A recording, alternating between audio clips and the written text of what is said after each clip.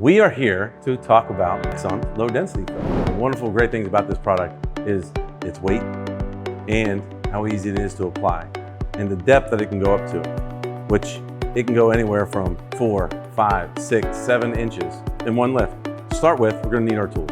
The only thing you need is a 15-gallon mixing drum, a high-speed drill, 850 RPM and greater, a gallon mixing tool, and a gauge rake or a smoother, something to spread the material with. Please make sure you use Maxxon Multi-Use Acrylic Primer, then you will be ready to use our product on top of it. First step, get our 15-gallon mixing drum. You're gonna add your water in, anywhere from 2.3 to 2.6 gallons of water per 40-pound bag. You'll mix that thoroughly and just dump onto the substrate.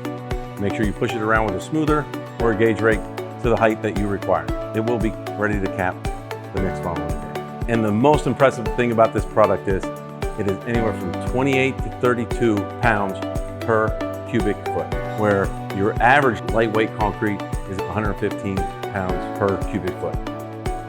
Low density fill is a great product for a project that needs a deep infill.